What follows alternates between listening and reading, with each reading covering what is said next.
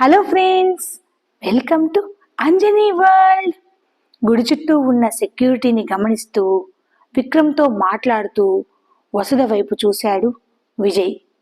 కనకాంబరం కలర్ పట్టు పరికిణీపై violet colour ఓణీని వేసుకొని వాటికి తగ్గ నగలను పెట్టుకొని జడను సింపుల్గా అల్లి 2 మూరల పూలు పెట్టుకొని నల్లటి కాటుక కన్నులను అటూ ఇటూ తిప్పుతూ ఎర్రటి పెదాలతో మీనాక్షితో మాట్లాడుతూ కనిపించింది వసుధ.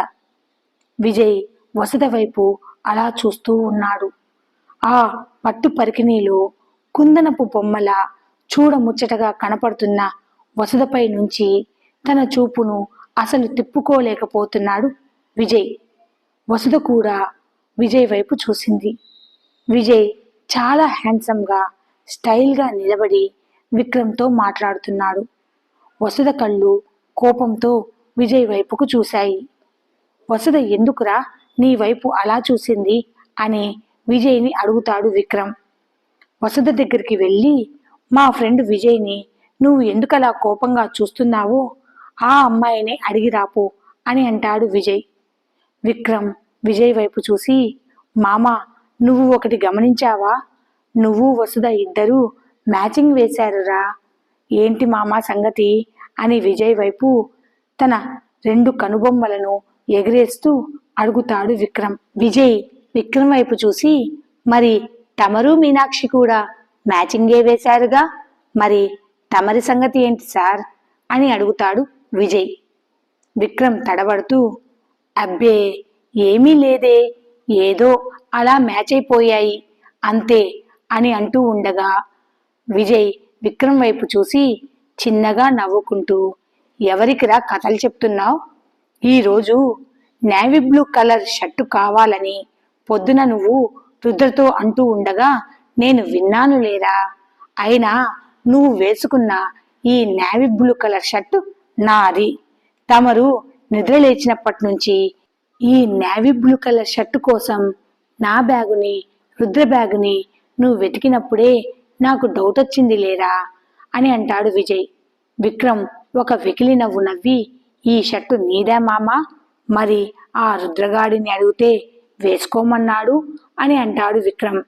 వాడిదేం పోయిందిరా, వాడిది కాదు కదా ఈ షర్టు అని విజయ్ విక్రమ్ వైపు గుర్రుగా చూస్తూ అంటాడు. మనలో మనకేముందిలే మామా, నా షర్టు నీ షర్టు కాదా, నీ షర్టు నా షర్టు కాదా అని అంటాడు విక్రమ్. విజయ్ విక్రమ్ వైపు సూటిగా చూస్తూ, నిజం చెప్పు విక్రమ్, నువ్వు సిన్సియర్గా మీనాక్షిని ప్రేమిస్తున్నావా? నీ ప్రేమ విషయాన్ని ధైర్యంగా బావకి చెప్పగలుగుతావా అని అడుగుతాడు విజయ్. విక్రమ్ తడబడుతూ ఉంటే, చూడు విక్రమ్, మనం ఇక్కడికి ఆదిత్య ఫ్రెండ్స్గా ఒక 2 రోజులు మాత్రమే ఇక్కడ ఉండిపోవడానికి వచ్చాము. ఏదో కాలక్షేపానికి ఇదంతా చేస్తున్నానంటే మాత్రం ఇక్కడితో మీనాక్షి వైపు చూడడం ఆపేసే విక్రమ్ అని విక్రమ్ వైపు సూటిగా చూస్తూ చెప్పాడు విజయ్. విక్రమ్ కూడా విజయ్ వైపు చూస్తూ, నన్ను చూస్తుంటే కాలక్షేపానికి ప్రేమించేవాడిలా కనపడుతున్నానా విజయ్? నా గురించి నాకన్నా బాగా నీకు ఆదిత్యకే కదా బాగా తెలుసు. అలాంటిది నువ్వే నన్ను అపార్థం చేసుకుని ఇలా మాట్లాడితే ఎలారా మామా? నేను నిజంగానే మీనాక్షిని ప్రేమిస్తున్నాను. మీనాక్షిని పెళ్లి చేసుకుని సంతోషంగా జీవించాలని అనుకుంటున్నాను అని అంటాడు విక్రమ్. మరి నీ ప్రేమ విషయం బావ దగ్గర చెప్పే ధైర్యం నీకు ఉందా విక్రమ్ అని అడుగుతాడు విజయ్. ఈ విషయంలో మామా నువ్వే నాకు హెల్ప్ చేయాలి విజయ్. నా ప్రేమను గెలిపించాలంటే నీ సపోర్ట్ నాకు చాలా అవసరం విజయ్. నువ్వు చెప్పింది నిజమే. ఆదిత్యతో నా ప్రేమ విషయం చెప్పాలంటే నాకు చాలా భయంగానే ఉంది.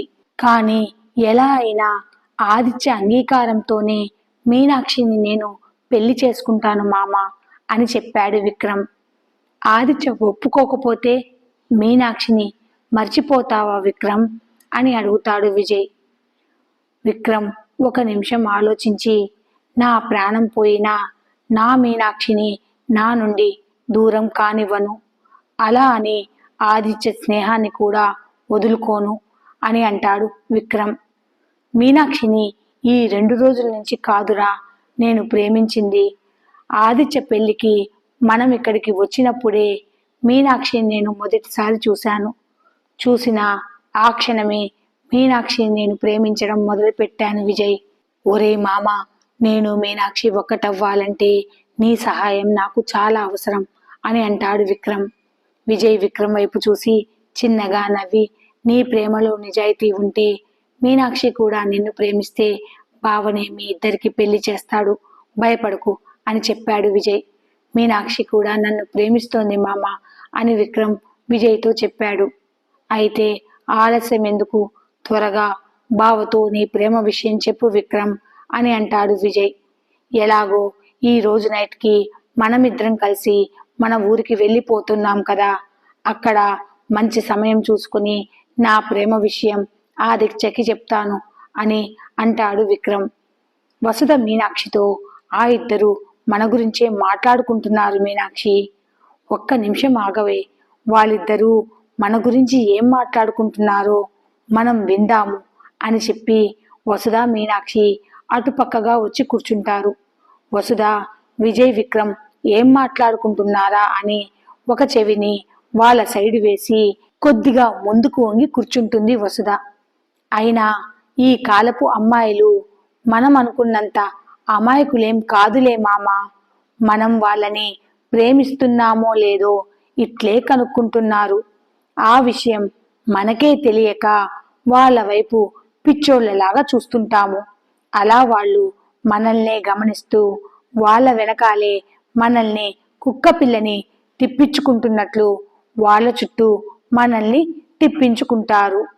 ఎటుపోయి అమాయకులం మనమేరా మామ అని విక్రమ్ అంటాడు.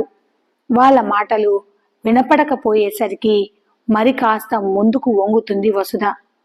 విజయ్ వసుధ వైపు చూసి, మరీ అంతగా ముందుకు వంగకు, పడ్డావంటే మూతిపళ్ళు రాలిపోతాయి అని అంటూ ముందుకు వెళ్తారు విజయ్ విక్రమ్ ఇద్దరు. వసుధ విజయ్ని గుర్రున చూస్తూ, నేను ఫస్ట్ టైం పట్టులంగా ఓని వేసుకున్నానని నా అందాలను వీడికి చూపిద్దామనుకుంటే పూజకి లేటుగా వచ్చింది కాకుండా నన్ను చూసి కూడా చూడనట్లు వెళ్ళిపోతున్నాడు చూడు, చెబుతానురా, ఈ రోజు రాత్రికి నీ కథ చెబుతాను అని తన మనసులో అనుకుంటుంది వసుధ. గుడి బయట రుద్ర మాత్రం చాలా అలర్ట్గా ఉంటూ ఎవరి మీద అనుమానం వచ్చినా వాళ్లను పక్కకు లాగేస్తూ చాలా జాగ్రత్తగా సెక్యూరిటీని మెయింటైన్ చేస్తున్నాడు. ఇక్కడ గుడి లోపల ఆదిత్య మధుల చేత అమ్మవారికి నైవేద్యం పెట్టించింది తులసి. అమ్మవారికి మంగళహారతి ఇస్తున్నామని పూజారి అందరికీ చెప్పడంతో అక్కడున్న ప్రతి ఒక్కరూ గుడి లోపలికి వచ్చారు.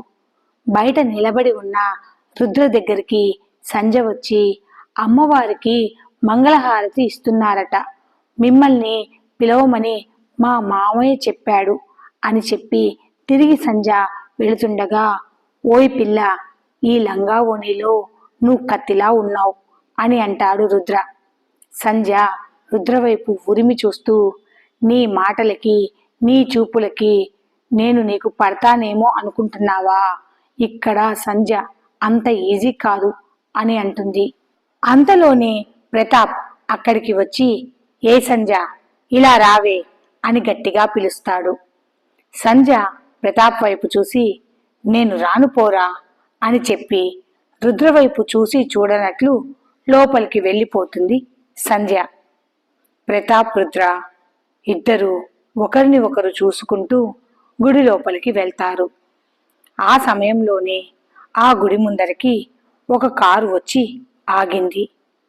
ఆ కారులో నుంచి రాజ్యం, పూజ, సరోజ ముగ్గురు కిందికి దిగి గుడి లోపలికి వెళ్ళబోతుండగా వారిని అక్కడ ఉన్న సెక్యూరిటీ ఆపుతారు. ఈ ముగ్గురిని గుడి లోపలికి వెళ్ళడానికి అనుమతి లేదని ఆ సెక్యూరిటీ వాళ్ళు చెప్పడంతో రాజ్యం లోపల ఉన్న ప్రతి ఒక్కరికి ఫోన్ చేస్తుంది. ఆ సమయంలో అందరూ అమ్మవారి సన్నిధిలో ఉండడంతో అందరి ఫోన్స్ స్విచ్ ఆఫ్ చేయడంతో ఏ ఒక్కరూ సమయానికి రెస్పాండ్ అవ్వలేదు.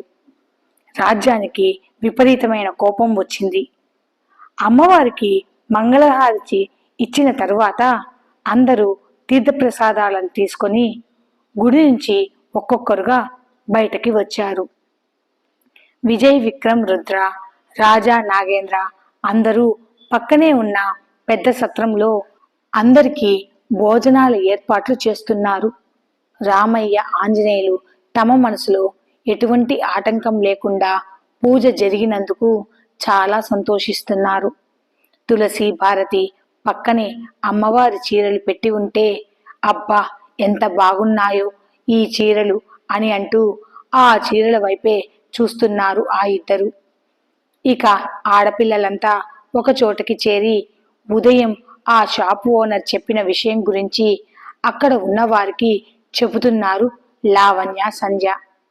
ఆ సత్రం చుట్టూ సెక్యూరిటీని చాలా గట్టిగానే ఏర్పాటు చేశాడు ఆదిత్య. అప్పటికే ఆదిత్య, మధు చెమటలతో తడిసి ముద్ద కావడంతో గర్భగుడిలో నుంచి బయటకు వచ్చి గుడి ఆవరణలో ఫ్యాన్ దగ్గర మధుని కూర్చోబెట్టి మధు పక్కనే ఆదిత్య కూడా కూర్చుంటాడు. మధు ఆదిత్య భుజం మీద తన తలని వాల్చి, బావా ఈరోజు ఎందుకో నాకు బాగా నిద్రస్తోంది. అందులోనూ ఈ నగలు, ఈ పట్టు చీర ఈరోజు నాకు చాలా చిరాకు పుట్టిస్తున్నాయి. ఎప్పుడెప్పుడు వీటిని తీసి పక్కన పడేద్దామా అని అనిపిస్తోంది నాకు అని చెప్పింది. ఆదిత్య మధు వైపు చూసి, ఈ ఫ్యాన్ గాలి నీకు సరిపోవట్లేదా? అటువైపు కూలర్ ఉంది, అక్కడికి వెళ్ళి కూర్చుందామా అని అడుగుతాడు. వద్దులే బావా అని అంటూ, ఎప్పుడూ లేనిది ఈరోజు నాకు చాలా ఆకలిగా ఉంది బావా అని అంటుంది. పోనీ ఇంకొంచెం ప్రసాదం తింటావా మధు అని అడుగుతాడు ఆదిత్య. వద్దు బావా, నువ్వు భోజనం చేసిన తరువాత ఆ విస్తరిలోనే నేను కూడా భోజనం తినాలట. అప్పుడు కూడా నీ చేతులతో ముందుగా అమ్మవారి ప్రసాదం నాకు తినిపించిన తరువాతనే నేను భోజనం చెయ్యాలట. అప్పటి వరకు నేను ఏమీ తినకూడదు అని తులసత్తయ్య నాకు చెప్పింది అని అంటూ ఆదిత్య చేతిని పట్టుకొని, పూజ మొత్తం కంప్లీట్ అయిపోయింది కదా బావా, ఇక అందరికీ భోజనాలు ఎప్పుడు పెడతారు? నువ్వెప్పుడు తింటావు? ఆ విస్తరిలో నేనెప్పుడు తినాలి అని నీరసంగా ఆదిత్య భుజం మీద అలానే పడుకొని, మనమెప్పుడు మన ఇంటికి వెళ్దాము? నేనెప్పుడు నా బట్టల్ని మార్చుకొని నేనెప్పుడు మన బెడ్ మీద పడుకోవాలి అని చిన్నపిల్లల ఆదిత్య వైపే చూస్తూ అడుగుతుంది మధు. ఆదిత్య మధు వైపు చూసి మధుని తన గుండెలపై పడుకోబెట్టుకుంటూ, 1 గంట ఓపిక పట్టు మధు, అందరి భోజనాలు పూర్తి కాగానే మనం కూడా భోజనం చేసి అప్పుడు మనం మన ఇంటికి వెళ్ళిపోదాము. అయినా మధు, పొద్దున పూజ ఉందని నీకు తెలుసు కదా, రాత్రి నిద్రపోకుండా నిన్ను ఎవరు మేలుకోమన్నారే? ఆ అర్ధరాత్రి మేడ మీదకి వచ్చి నా ప్రాణం తినకపోతే హాయిగా ప్రశాంతంగా గదిలో పడుకుని నిద్రపోవచ్చు కదా మధు అని అంటాడు. బావా, నేను నిద్రపోలేదంటే దానికి కారణం నీకు తెలుసు. మరి నువ్వెందుకు ఆ సమయంలో మేల్కొని ఉన్నావు అని అడుగుతుంది మధు. ఆదిత్య మధు వైపు చూశాడు. అది కాదు బావా, ఆ సమయంలో నువ్వు నిద్రపోకుండా ఏం చేస్తున్నావా అని నా డౌటు. అంతేకాదు బావా, నిన్ను ఒకటి అడగనా అని మధు ఆదిత్య వైపు చూస్తూ అంటుంది. మధు, ఆల్రెడీ నువ్వు నన్ను అడగాల్సిన ప్రశ్నలన్నీ అడుగుతూనే ఉంటావు. మళ్ళీ నువ్వు నా దగ్గర పర్మిషన్ తీసుకుని ఆ ప్రశ్నల్ని నన్ను అడుగుతున్నట్లు నాకు బిల్డప్ ఇస్తావు. నీ తెలివికి మెచ్చుకోవాల్సిందేనే మధు. కానివ్వు నీ డౌట్ల వర్షం నాపై కురిపించు అని అంటాడు ఆదిత్య. అది కాదు బావా, నిన్న రాత్రి నీకు నేను తీసిచ్చిన బట్టలు blue colour t shirt, black colour night pant. ఆ బట్టలు కదా నీకు నేను తీసిచ్చింది. మరి రాత్రి నేను నిన్ను చూసినప్పుడు నువ్వు వేరే డ్రెస్లో ఉన్నావే అని అడుగుతుంది మధు.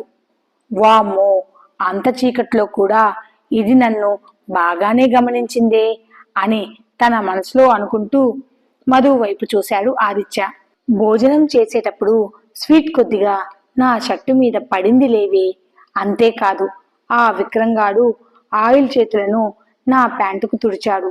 అందుకే నా బట్టలను మార్చుకున్నాను అని అంటాడు ఆదిత్య.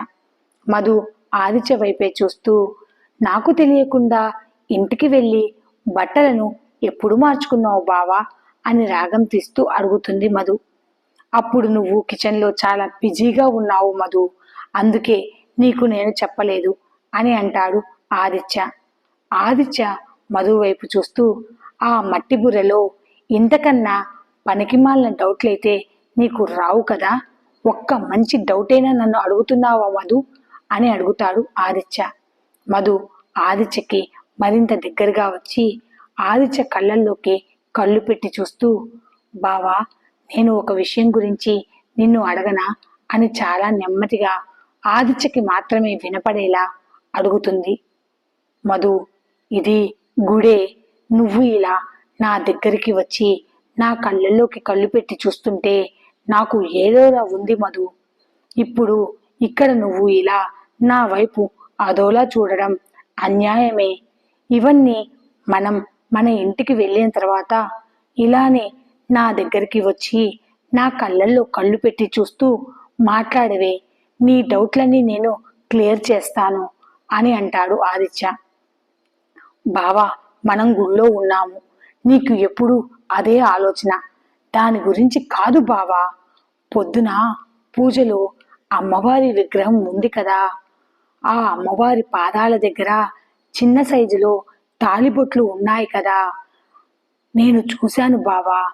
నువ్వు కూడా వాటి మీద పసుపు కుంకం పెట్టావు. ఆ తాళిబొట్లు ఎవరివి బావా అని చాలా నెమ్మదిగా ఆదిత్య వైపు చూస్తూ, అవి ఆ అమ్మవారి పాదాల దగ్గర ఎందుకు ఉన్నాయి బావా అని ఆదిత్యని అడుగుతుంది మధు. ఆదిత్య మధు వైపు చూస్తూ, ఆ తాళిబొట్టు మరి ఎవరిదో కాదే, నీవే, నేను నీ మెడలో కట్టిన తాళిబొట్టు అది అని మధుకి చెప్పాడు ఆదిత్య. మధు ఒక్కసారిగా తన కళ్ళను పెద్దవి చేసి తన నోటిని తెరిచి ఆదిత్యకి దూరంగా జరుగుతూ, నువ్వు చెప్పేది నిజమా బావా అని ఒక రకమైన భయంతో కూడిన ఆశ్చర్యంతో అడుగుతుంది. ఒక్క క్షణం మధు కళ్ళల్లోకి చూసిన ఆదిత్య గట్టిగా నవ్వుతూ, నీకు ఇలా చెప్తే గాని నీ నోరు మూతపడదే మధు, లేదంటే నేను చెప్పే ప్రతి విషయాన్ని నీ బుర్రలో మిక్సీ వేసి దాని నుండి ఒక 10 డౌట్లను బయటకు తీసి నాపై ప్రయోగిస్తావు. మధు ఆదిత్య వైపు అలా చూస్తూ ఉండిపోయింది. ఈ స్టోరీ అప్డేట్ కనుక మీకు నచ్చినట్లయితే please like, share and subscribe. Thanks for watching. కొంచెం సబ్స్క్రైబ్ చేసుకోండి ప్లీజ్.